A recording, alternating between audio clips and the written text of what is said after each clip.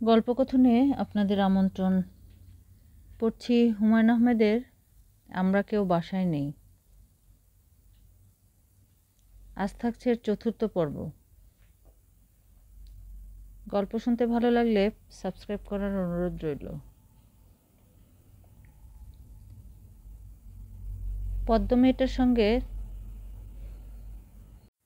Truck driver সালামত দেখা করতে এসেছে, তাকে নিয়ে যেতে চায়। ভাইয়া বলল, পদ্ম, ট্রাক ড্রাইভার সালামত তোমাকে নিয়ে যেতে এসেছে, ট্রাক নিয়ে এসেছে, তুমি কি তার সঙ্গে যাবে? পদ্ম মিষ্টি করে বলল, যাব, কেন যাব না? সালামত বলল, আমার স্ত্রীর নিজের মুখের কথা শুনলেন, এই কথার পর আর বিবেচনা নাই। পদ্ম, যাও, তৈয়ার হয়ে আসো, 10 মিনিট সময়। পদ্ম বলল, এখন তো যেতে পারবো না, পায়ে ব্যথা পেয়েছি, হাঁটতে পারি না, পায়ের উপর দিয়ে রিক্সা চলে গিয়েছিল। তুমি দেখো পা ফুলে কি হয়েছে, পায়ের ফোলা কমুক, 10 দিন পরে আসো, এর মধ্যে পা ভালো হয়ে যাবে, আমি তোমার সঙ্গে চলে যাব। সালামত বলল, পদ্ম, আমার কথা শোনো। পদ্ম বলল, 10 দিন পরে তোমার কথা শুনবো, এখন শুনবো না। পদ্ম খুঁড়িয়ে খুঁড়িয়ে বের হয়ে গেল। ভাইয়া বলল, 10 দিন পর আসুন, দেখি কি হয়। সালামত হতাশ গলায় বলল, 10 দিন পরেও কিছু হবে না, এই মেয়েকে আর মেয়ের মাকে আমি হাড়ে গোস্তে চিনি। ভাই সাহেব, শোনেন, এই মেয়ের পড়াশোনার খরচ, হাত খরচ সব আমি দিয়েছি, মা মেয়ের মাসখোরাকি খরচ দিয়েছি, আমার টাকায় মেয়ে বিএ পাস দিয়েছে। যখন বিয়ের কথা বললাম তখন পদ্ম বলল, আপনার স্ত্রী আছে, আমি তো সতীনের ঘর করব না, স্ত্রীকে তালাক দিয়ে আসেন, তারপর বিবেচনা করব। জবেদারে তালাক দিলাম, জবেদা আমার স্ত্রী, সে 2 মেয়ে নিয়ে বাপের বাড়ি চলে গেল। পদ্ম শুরু করলো নানান ক্যাচাল। আজ না, 7 দিন পর বিয়ে। 7 দিন পরে বলে, বৃহস্পতিবারে আমি বিয়ে করব না, বৃহস্পতিবার আমার জন্য খারাপ। তখন অন্য ব্যবস্থা নিলাম, বিয়ে হয়ে গেল। সন্ধ্যাবেলা তাকে নিয়ে ট্রাক চালায় দিনাজপুর যাব, সব ঠিকঠাক। ট্রাক নিয়ে উপস্থিত হয়ে শুনি তাকে আপনারা জোর করে তুলে নিয়ে গেছেন। ভাইয়া বলল, এতদিন যখন অপেক্ষা করেছেন আরও 10টা দিন যাক, সবুরে মেওয়া ফলে, আপনার বেলায় সবুরে বউ ফলবে। সালামত বলল, আপনার কথা মানলাম, আসবো 10 দিন পরে। তখন যদি কিছু না হয় আমি অন্য লাইন ধরব, আমি এত সহজ পাত্র না। পদ্ম এটা জানে না, পদ্মর মা জানে।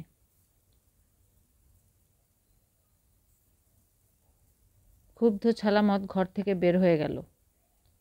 সালামতের আগমন এবং প্রস্থানে পদ্মর মধ্যে কোনো ভাবান্তর দেখা গেল না।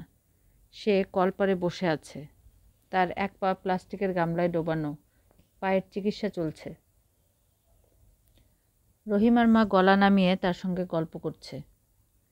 গল্পের বিষয়বস্তু ড্রাইভার ইসমাইলের জিন। এই জিন ইসমাইলের সঙ্গেই সারাক্ষণ থাকে, শুধু শনিবার আর সোমবার থাকে না। এই 2 দিন জিন তার স্ত্রীর সঙ্গে দেখা করতে যায়। জিনের স্ত্রীর নাম হচ্ছে হামসা। আজ ছুটির দিন, বাবা বাসায় আছেন, কিছুক্ষণের মধ্যে তিনি সাপ্তাহিক বাজারে যাবেন। আমাকে সঙ্গে যেতে হবে কিনা বুঝতে পারছি না। বাবার সঙ্গে বাজারে যাওয়া বিড়ম্বনার ব্যাপার। কাঁচামরিচ কেনার আগে তিনি মরিচ টিপে টিপে দেখবেন, একটা ভেঙে গন্ধ শুঁকবেন। ভাঙা মরিচ আমার দিকে বাড়িয়ে দিয়ে বলবেন, জিভে ছুঁয়ে দেখ ঝাল কিনা। মরিচ বিক্রেতা এই পর্যায়ে অতিষ্ঠ হয়ে বলবে, মরিচ ভাঙেন কেন? বাবা শান্ত গলায় বলবেন, তোমার কাছ থেকে যদি মরিচ নাও কিনি এই ভাঙা মরিচের দাম দেব, কাজেই হইচই করবে না। যে ভোক্তা তার আইনি অধিকার আছে দেখে শুনে পণ্য কেনার। প্রয়োজনে মামলা করে দেব, বুঝেছ? একবার মাছ কিনতে গিয়ে মাছওয়ালার সঙ্গে তার মারামারির উপক্রম হলো। মাছওয়ালা বটি উঁচিয়ে বলল, দিমু কোপ। বাবা শান্ত গলায় বললেন, কোপ দিতে হবে না, তুমি যে বটি উঁচিয়েছ এই জন্যই অ্যাটেম্প টু মার্ডারে মামলা হয়ে যাবে, 7 বছর জেলের লাপসি খেতে হবে। লাপসি চেনো? বাবার কথা থাক, নিজের কথা বলি। আমি আগ্রহ নিয়ে পদ্ম ও রহিমার মায়ের কথা শুনছি। রহিমার মা উঠে যাওয়ার পর আমি পদ্মর কাছে গিয়ে দাঁড়ালাম। পদ্ম আমার দিকে তাকিয়ে হাসি মুখে বলল, ট্রাক ড্রাইভারের সঙ্গে বিয়ে আমার হয়েছে, এই কথা আপনাকে বলেছিলাম। এখন কি আমার কথা বিশ্বাস হয়েছে? হ্যাঁ। এ কিন্তু মানুষ খারাপ না, আমাকে পড়াশোনা করিয়েছে। যেদিন বিয়ে পরীক্ষার রেজাল্ট বের হয়েছে সেদিন শাড়ি কিনে দিয়েছে। প্রিয় স্বামীর সঙ্গে চলে গেলে না কেন? পদ্ম বলল, ভাঙা পা নিয়ে যাব কি? পা ঠিক হোক তারপর যাব। স্বামী ট্রাক চালাবে, আমি পাশে থাকব, বিড়ি ধরিয়ে তার ঠোঁটে দিয়ে দেব। ট্রাক চালাতে চালাতে যেন ঘুমিয়ে না পড়ে, এজন্য সারাক্ষণ তার গায়ে চিমটি কাটব। দেখুন, আমি হাতের নখ বড় রেখেছি চিমটি কাটার সুবিধার জন্য। আপনি হাত বাড়ান, আপনার হাতে একটা চিমটি কেটে দেই। আমার হাতে চিমটি কাটবে কেন? আপনি আমার নকল স্বামী, এই জন্য আপনার হাতে নকল চিমটি কাটব। পদ্ম চিমটি কাটার সুযোগ পেল না। বাবা বারান্দায় এসে দাঁড়ালেন, হাতের ইশারায় আমাকে ডাকলেন। আমি এখন বাবার শোবার ঘরে। মা চাদর গায়ে শুয়ে আছেন। হাঁপানির টান এখনও ওঠেনি। টান উঠবে কিনা তা পরিস্থিতির উপর নির্ভর করছে। পরিস্থিতি যথেষ্ট ঘোলাটে বলে মনে হচ্ছে, কারণ পদ্মর মা উপস্থিত আছেন। তিনি চেয়ারে বসে আছেন। তার পাশের একটা চেয়ারে আমি বসেছি। ভদ্রমহিলা বিরক্ত চোখে আমাকে দেখছেন। বাবা বসেছেন মায়ের পাশে। বাবা প্রধান বিচারকের ভূমিকায় আছেন বলে মনে হচ্ছে। মা প্রধান বিচারকের সাহায্যকারী। বাবা পদ্মর মায়ের দিকে তাকিয়ে বললেন, ভাবি, আমাকে বলা হয়েছিল আপনি আপনার মেয়েকে নিয়ে ঝামেলায় পড়েছেন বলেই কিছুদিন আমার এখানে থাকতে এসেছেন। আমি বিষয়টা মেনে নিয়েছি। অনেক দিন পার হয়েছে, এখন আপনাদের চলে যেতে হবে। আপনাকে 1 সপ্তাহ সময় দিচ্ছি।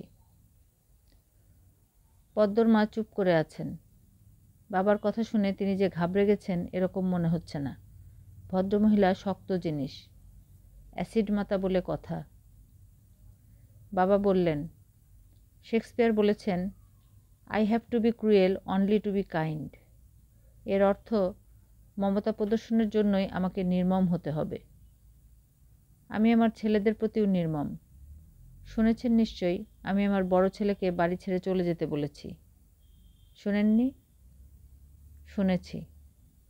আপনাকেও একটা সময় বেঁধে দিচ্ছি, এই মঙ্গলবারের পরের মঙ্গলবার। পদ্মর মা অবাক হয়ে বললেন, যে জমির উপর এই বাড়ি, সেই জমি তো আমার, আমি কেন বাড়ি ছাড়ব? বাবা বললেন, তার মানে? জমির কাগজপত্র আমার নামে। বাবা বললেন, ভাবি শুনুন, নানা দুশ্চিন্তায় আপনার মাথা এলোমেলো হয়ে আছে। জমি আপনার নামে মানে কি? আমার কাছে কাগজপত্র আছে, আপনার বড় ছেলে জোগাড় করে দিয়েছে। বাবা বললেন, আচ্ছা, আপনি যান, পরে আপনার সঙ্গে কথা বলবো। মঞ্জু, তুই তোর ভাইকে ডেকে আন। আমি বললাম, ভাইয়া তো এখন ঘুমাচ্ছে, ঘুম থেকে ডেকে তুলে আন। পদ্মর মা বলল, আপনি কি কাগজগুলো দেখবেন? পরে দেখব, এখন আপনি যান। দ্বিতীয় সিটিং বসেছে। ভাইয়াকে ঘুম ভাঙিয়ে আনা হয়েছে। ঘুম পুরোপুরি কাটেনি। ভাইয়া একটু পরপর হাই তুলছে। পদ্মর মা যে চেয়ারে বসেছিলেন ভাইয়া সেখানে বসেছে। বাবা অনেকক্ষণ ভাইয়ার দিকে একদৃষ্টিতে তাকিয়ে থাকলেন। এটা বাবার পুরনো টেকনিক। মূল বাজনায় যাওয়ার আগে তবলার ঠুকঠাক। বাবা বললেন, শুনলাম তুমি পদ্মের মাকে কী সব কাগজপত্র দিয়েছ? ভাইয়া বলল, ঠিকই শুনেছ, জমির দলিল আর নামজারির কাগজ। পেয়েছ কোথায়? সাব রেজিস্ট্রি অফিসে দুষ্টু কিছু লোকজন থাকে যারা মিথ্যা কাগজ তৈরি করে দেয়। তুমি ভুয়া কাগজপত্রের ব্যবস্থা করেছ? হ্যাঁ, তবে ভুয়া হলেও কঠিন ঝামেলার কাগজ। মামলা করলে ফয়সালা হতে 20-25, তারপর দেখা যাবে বছর লাগবে। মিথ্যা কাগজ টিকে গেল। তুমি এই কাজটা কেন করেছো জানতে পারি? ভাইয়া বলল, টেনশন তৈরি করার জন্য করেছি বাবা।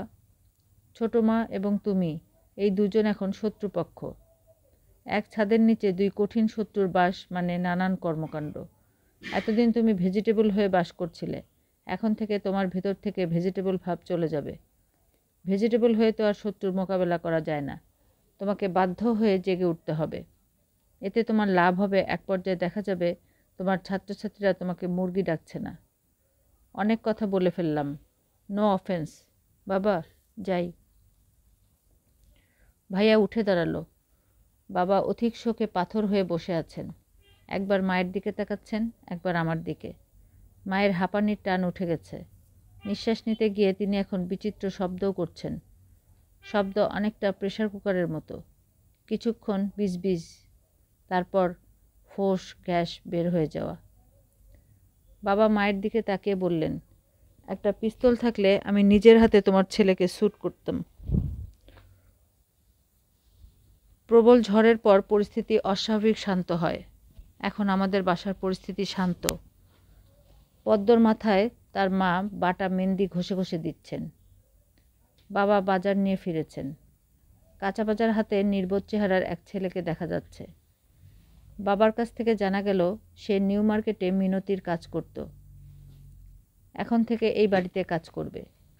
বাবার হাত পা টিপে দেবে, ঘর ঝাড় দেবে। ছেলের নাম জামাল। সে বাবাকে আব্বা ডাকছে। আমার কাছে মনে হচ্ছে বাবা তার মুখে আব্বা শুনে সন্তুষ্ট। বাবা নিজে জামালের জন্য তোশক বালিশ আর মশারি কিনে আনলেন। তাকে কৃমির ওষুধ খাইয়ে দেওয়া হলো।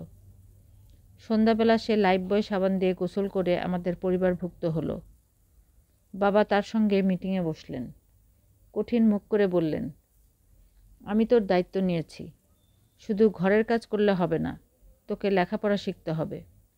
রোজ ৮ ঘন্টা করে তোকে আমি পড়াবো, ঠিক আছে? জামাল বলল, জি আব্বা।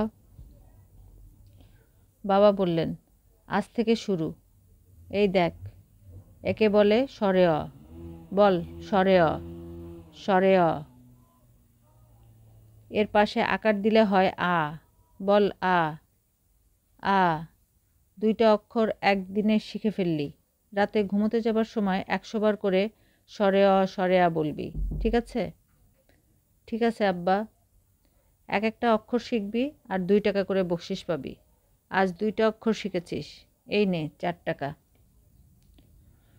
জামাল টাকা নিয়ে বাবাকে পা ছুঁয়ে সালাম করল। পরদিন সকালকে জামালকে পাওয়া গেল না। সে বাবার মোবাইল ফোন আর মানিব্যাগ নিয়ে পালিয়েছে। মানিব্যাগে ছিল 2700 টাকা। উঠোনে পদ্মর একটা শাড়ি শুকাতে দেওয়া ছিল। সে শাড়িও পাওয়া গেল না। ভাইয়ার কর্মকাণ্ডে বাবা যতটা না মর্মাহত হয়েছিলেন, জামালের কর্মকাণ্ডে তার চেয়েও বেশি মর্মাহত হলেন। ইউনিভার্সিটি বাদ দিয়ে ঘরে বসে রইলেন, হাতে পার্টি জোকসের বই। পদ্মদের নিজস্ব রান্নাঘর চালু হয়েছে। বারান্দায় পাশের বেড়া দিয়ে ওপেন এয়ার কিচেন টাইপ রান্নাঘর। সে রাঁধছে, বাইরে থেকে দেখা যাচ্ছে। পাশাপাশি 2টা কেরোসিনের চুলায় প্রথম রান্না বসল। রহিমার মা ভাইয়াকে জানালো প্রথম দিন সরপুঁটি ভাজি আর কুমড়া ফুলের ভাজি হচ্ছে। ভাইয়া বলল, দুটোই তো শুকনো আইটেম। রহিমার মা বলল, তরকারি আর ডাল আমাদের কাছ থেকে যাবে। আমরা ওদের কোনো আইটেম পাবো না? মনে লয় না, একটা মাছ ভাজছে আর 4টা ফুল। ভাইয়া বলল, কুমড়া ফুলের ভাজি খেতে ইচ্ছা করছিল। রহিমার মা বলল, কাল আপনারে খিলাবো। বকফুল ভাজি পছন্দ হয়? বকফুল আনবো, সূত্রাপুর বাজারে পাওয়া যায়। পদ্মদের পাশের গেস্টরুম তালাবদ্ধ ছিল। এক সকালবেলা পদ্মর মা তালা ভেঙে সেই ঘরের দখল নিয়ে নিলেন। বাবা হতভম্ব। আমাকে ডেকে বললেন, ঘটনা কি? পদ্মর মা আমার ঘরে তালা ভেঙেছে কি জন্যে? আমি বললাম, ওনার কাছে চাবি ছিল না বলেই তালা ভেঙেছেন। চাবি থাকলে তালা ভাঙতেন বলে মনে হয় না। তুমি ব্যাপারটা বুঝতেই পারছো না। এরা চাচ্ছেটা কি? আমার বাড়িঘর দখল করে নিচ্ছে কেন? একটা ঘর কি তাদের জন্য যথেষ্ট ছিল না? আমি বললাম, না, একটা ঘরে থাকবে পদ্ম আর ওদের কাজের মেয়ে মরি, অন্য ঘরে পদ্মের মা। সবারই প্রাইভেসির দরকার। তুমি ওদের হয়ে কথা বলছো কেন? তোমার সমস্যা কি? তোমার আচার আচরণ, কথাবার্তা, চিন্তাভাবনা প্রতিবন্ধীদের মতো, এটা জানো? না। সামনে থেকে যাও। পদ্মর মাকে আমার কাছে পাঠাও। উনি বাড়িতে নেই বাবা। ড্রাইভার ইসমাইলকে নিয়ে বের হয়েছেন। কোথায় গেছেন? কোথায় গেছেন শুনলে তুমি আপসেট হয়ে যাবে। তোমাকে আপসেট করতে চাচ্ছি না। উনি তোমার গাড়ি নিয়ে বের হয়েছেন। গাড়ি নিয়ে বের হয়েছেন মানে কি? গাড়ি তো নষ্ট। অন্য একটা গাড়ি দড়ি দিয়ে বেঁধে তোমার গাড়ি টেনে নিয়ে গেছেন। তুমি কিছু বললে না?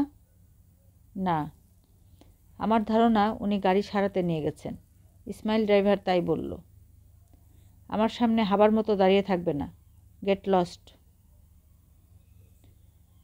বাবার কাছ থেকে ছাড়া পাওয়ার পরে মায়ের কাছে ধরা খেলাম।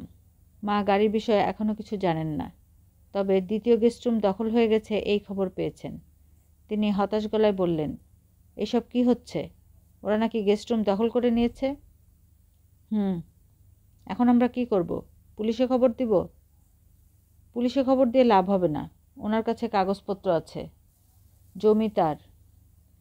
মা ফিসফিস করে বললেন, কাউকে দিয়ে কাগজপত্রগুলো চুরি করাতে পারবি?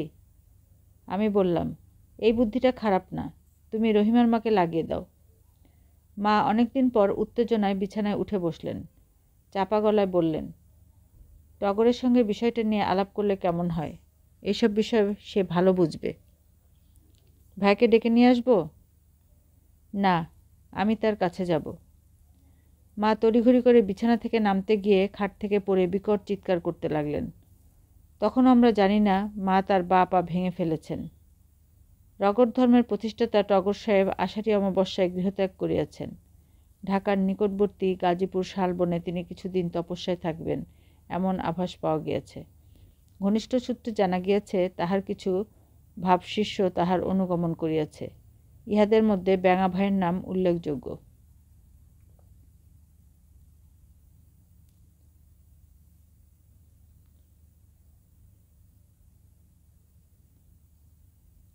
মানুষের স্বভাব হচ্ছে সে অন্যের অতি উৎসাহী কর্মকাণ্ডে একসময় অজান্তেই নিজেকে যুক্ত করে ফেলে। বাবা তাই করেছেন। মরিকে কোথায় বড় শিল আছে বলে দিচ্ছেন। মরি, টিউবওয়েলের কাছে যাও, দুটো বড় বড় শিল আছে। আরে, এই মেয়ে তো চোখেই দেখে না। টিউবওয়েলের উত্তরে। এই অবস্থায় ভাইয়া হাসি মুখে বাবার সামনে দাঁড়িয়ে বলল, বাবা, যাই। বাবা বললেন, কোথায় যাও? অমাবস্যায় বাড়ি ছেড়ে যাব বলেছিলাম। আজ অমাবস্যা। বাড়ি ছেড়ে যাচ্ছ? কোথায় যাবে? গাজীপুরে শালবনের দিকে যাবার একটা সম্ভাবনা আছে, এখনও ঠিক করিনি। তোমার মা জানে যে তুমি চলে যাচ্ছ? জানে। তার কাছে বিদায় নিয়ে এসেছি। তোমাকে আটকানোর চেষ্টা করেনি? না। মা অস্থির তার পায়ের ব্যথায়। হুঁ করেই কুল পাচ্ছে না। আমাকে কি আটকাবে? বাবা গম্ভীর গলায় বললেন, তোমার মা যখন তোমাকে কিছু বলেনি, আমিও বলবো না। শুধু একটি কথা, তুমি বিকৃত মস্তিষ্ক যুবক। ভাইয়া মনে হয় বাবার কথায় আনন্দ পেল। তার ঠোঁটের কোণায় সামান্য হাসির আভাস দেখা গেল। বাবা বললেন, মিডিওকার যদি নষ্ট হয় তাতে তার নিজের ক্ষতি হয়, সমাজে তার প্রভাব পড়ে না। মেধাবীরা নষ্ট হলে সমাজ ক্ষতিগ্রস্ত হয়। সমাজ সংসার ছেড়ে তোমার জঙ্গলে পড়ে থাকা বাঞ্ছনীয়। ভাইয়া বলল, জি আচ্ছা। বলেই উঠানে নেমে মরির হাত থেকে হ্যাঁচকা টান দিয়ে ছাতা নিয়ে বের হয়ে গেল। ঘটনার আকস্মিকতায় মরি হকচকিয়ে গেছে। সে শিল ভর্তি মগ নিয়ে দাঁড়িয়ে আছে। এই সময় তার মাথায় বড় সাইজের একটা শিল পড়ল। ও আল্লাহ গো বলে সে উঠানে চিত হয়ে পড়ে গেল। সুন্দর দৃশ্য, একটা বালিকা চিত হয়ে পড়ে আছে, তার উপর বৃষ্টি ও শিল পড়ছে। এমন দৃশ্য সচরাচর তৈরি হয় না। আমি আগ্রহ নিয়ে তাকিয়ে আছি। বাবার ধমক শুনে সংবিত ফিরল। বাবা বললেন, মেয়েটাকে তুলে আনো। আমি বললাম, থাকুক না।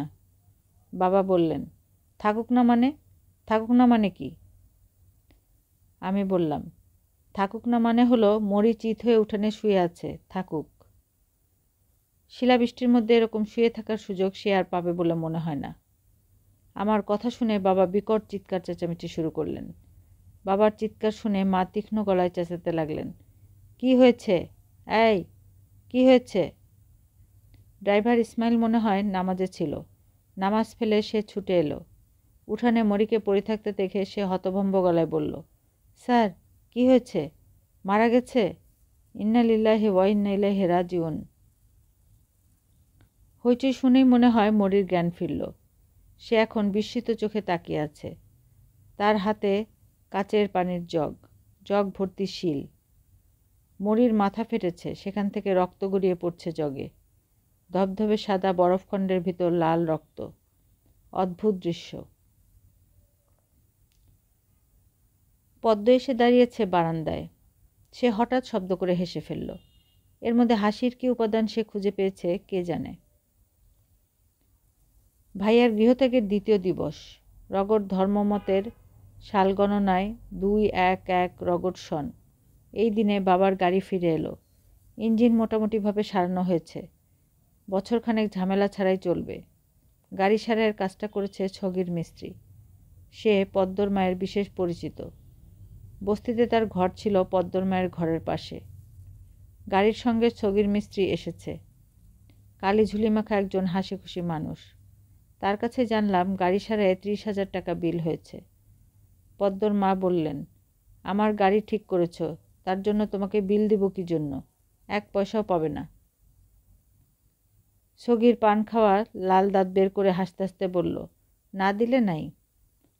পদ্মর মা বললেন, গোসল করো, খাওয়া দাওয়া করে তারপর যাবে। ছগির বলল, গোসল করব কিভাবে? কাপড় চোপড় আনি নাই। পদ্মর মা বললেন, কাপড়ের ব্যবস্থা হবে। ড্রাইভার ইসমাইলকে পাঠিয়ে নতুন লুঙ্গি পাঞ্জাবি কিনে আনানো হলো। ছগির মিয়া আয়োজন করে কলপারে গোসল করতে বসেছে। তার মাথায় সাবান ঘষে দিচ্ছে পদ্ম। পদ্মর পাশেই তার মা বসা। ছগির নিশ্চয়ই মজার কোনো কথা বলছে। মা মেয়ে হাসতে হাসতে একজন আরেকজনের গায়ে গড়িয়ে পড়ছে। পদ্ম ছগির মিস্ত্রিকে ডাকছে, দুষ্টু বাবা। যতবারই পদ্ম দুষ্টু বাবা ডাকছে ততবারই ছগির বিকট ভেঙচি দিচ্ছে। ঘনিষ্ঠ পারিবারিক চিত্র। বাবা এই দৃশ্য দেখে আমাকে ডেকে পাঠালেন। গম্ভীর গলায় বললেন, দাড়িওয়ালা ওই লোককে? তার নাম ছগির, সে মোটর মেকানিক, তোমার গাড়ি ঠিক করে এনেছে। পদ্মর মায়ের চেনা লোক। বিল কত করেছে? কোনো টাকা পয়সা দিতে হবে না বলে মনে হচ্ছে। এখানে গোসল করছে কেন? গোসল করে খাওয়া দাওয়া করে গেস্ট রুমে ঘুমাবে।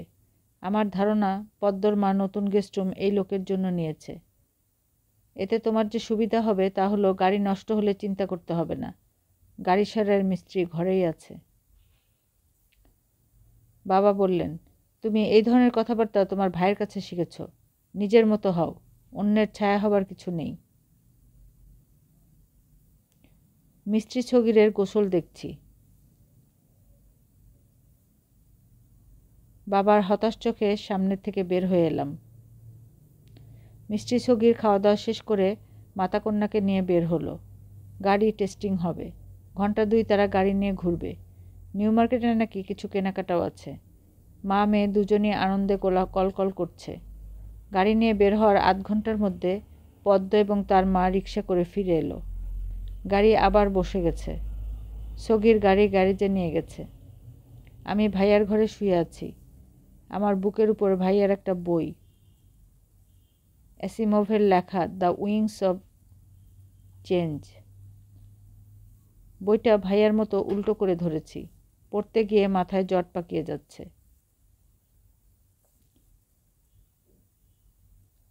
শ্রয়েট অটনি টিস্ট্রাব ডিএনএ ডেবডন এস।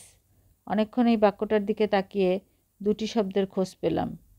ডিএনএ মানে অ্যান্ড এবং ইএইচএস এর মানে শি। বই উল্টা করে ধরে রেখেছেন কেন? আমি বই নামিয়ে তাকালাম। পদ্ম ঘরে ঢুকেছে। তার হাতে চায়ের কাপ। সে কাপে চুমুক দিচ্ছে। পদ্ম বলল, চা খাবেন? আমি বললাম, খেতে পারি। পদ্ম চায়ের কাপ এগিয়ে দিয়ে বলল, 3টা চুমুক দিতে পারেন, এর বেশি না। আমি উঠে বসতে বসতে বললাম, তোমার চুমুক দেওয়া চা আমি খাবো কেন? পদ্ম চেয়ারে বসতে বসতে বলল, খেতে না চাইলে নাই, চাটা ভালো হয়েছে, এক চুমুক খেয়ে দেখতে পারেন। না, পদ্ম বলল। ধমক দিয়ে না বলার দরকার ছিল না, মিষ্টি করে বললেও হতো। যাই হোক, আমি কি কিছুক্ষণ গল্প করতে পারি? হ্যাঁ, পারো। হঠাৎ আপনার সঙ্গে গল্প করতে চাচ্ছি কেন জানেন? না। পদ্ম হাসতে হাসতে বলল, আমিও জানি না। আমি তার দিকে তাকিয়ে আছি। মেয়েটাকে আজ অন্য দিনের চেয়ে সুন্দর লাগছে। সাজগোজ কি করেছে? চোখে মনে হয় কাজল দিয়েছে। মেয়েরা সামান্য সেজেও অসামান্য হতে পারে। পদ্ম বলল, আমি আপনাকে একটা ধাঁধা জিজ্ঞেস করব, উত্তর দিতে পারবেন? আমি বললাম, ধাঁধা খেলার মধ্যে আমি নাই। উত্তর দিতে পারলে পুরস্কার আছে। কি পুরস্কার? পদ্ম চাপা হাসি হেসে বলল, টাকা পয়সা লাগে এমন কোনো পুরস্কার না। এছাড়া আমার কাছে যা চাইবেন তাই। ভয়ঙ্কর খারাপ কিছুও চাইতে পারেন। ধাঁধাটা হচ্ছে, এমন একটা পাখির নাম বলুন যে পাখি মানুষের কথা বুঝতে পারে এবং মানুষের সঙ্গে কথা বলতে পারে। পারলাম না। ইস, আপনার কপালে পুরস্কার নাই। পাখির নাম হচ্ছে ব্যাঙামা। ব্যাঙামা রূপকথার বইতে পড়েন নাই? আমি ছাড়াও নিশ্চয় অনেককে এই ধাঁধা জিজ্ঞেস করেছ, কেউ কি পেরেছে? একজন পেরেছিল। সে কি পুরস্কার পেয়েছে? সেটা আপনাকে বলবো না। পদ্ম চায়ের কাপ নিয়ে বের হয়ে গেল। আমি বই উল্টো করে ধরে আবার পড়ার চেষ্টা করছি। এর নাম সাধনা। সাফল্য না আসা পর্যন্ত সাধনা চালিয়ে যেতে হবে। এম ডিলটন ডাহ ইউ। এই তো এখন পারছি। এম হলো মি, ডিলট হলো টোল্ড। ভাইজান, চা নেন। রহিমার মা চা হাতে দাঁড়িয়ে আছে। আমি বললাম, চা তো চাইনি রহিমার মা। পদ্ম আপা বলেছে আপনি চা চাইছেন। আমি উঠে বসে চায়ের কাপ হাতে নিলাম। রহিমার মা ক্লান্ত গলায় বলল, বড় ভাইজানের কোনো খবর জানেন? আমি বললাম, না। রহিমার মা বলল, ওনার তো মোবাইলও নাই যে একটা মোবাইল করব। মনটা এমন অস্থির হয়েছে, ওনাকে নিয়ে একটা বাজে খোয়াব দেখেছি। কি দেখছি শুনবেন? বলো শুনি। স্বপ্নে দেখলাম উনি শাদি করেছেন। এটা খারাপ স্বপ্ন হবে কেন? এটা তো ভালো স্বপ্ন। খারাপটা এখনো বলি নেই, বললে বুঝবেন কত খারাপ। স্বপ্নে দেখলাম শাদির কারণে দুনিয়ায় মেহমান আসছে। কন্যা যেখানে সাজাইতেছে সেখানে সুন্দর সুন্দর মেয়ে ছেলে, শৈল ভর্তি গয়না, চকমকা শাড়ি। আমিও তাহার সাথে আছি, আমোদ ফুর্তি করতেছি।